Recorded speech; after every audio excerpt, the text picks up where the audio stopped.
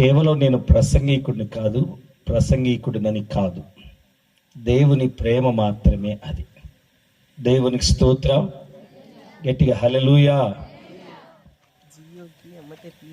అపోస్తుల కార్యముల గ్రంథాన్ని తెరిచి ఉంచుదాం. అపోస్తుల కార్యముల గ్రంథం 13వ అధ్యాయం.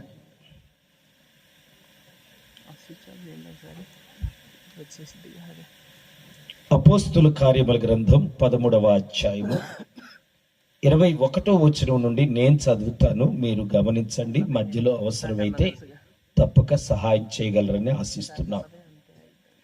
మైక్ కూడా వాళ్ళకి ఒకటి హ్యాండ్ అవుట్ చేయండి అన్న, చదివే వాళ్ళకి.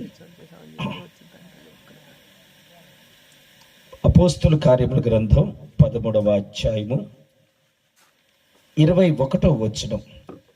ఆ తరువాత వారు రాజు కావాలనని కోరగా, దేవుడు బెన్యామీను గోత్రీయుడును కీషు కుమారుడనైన సౌలు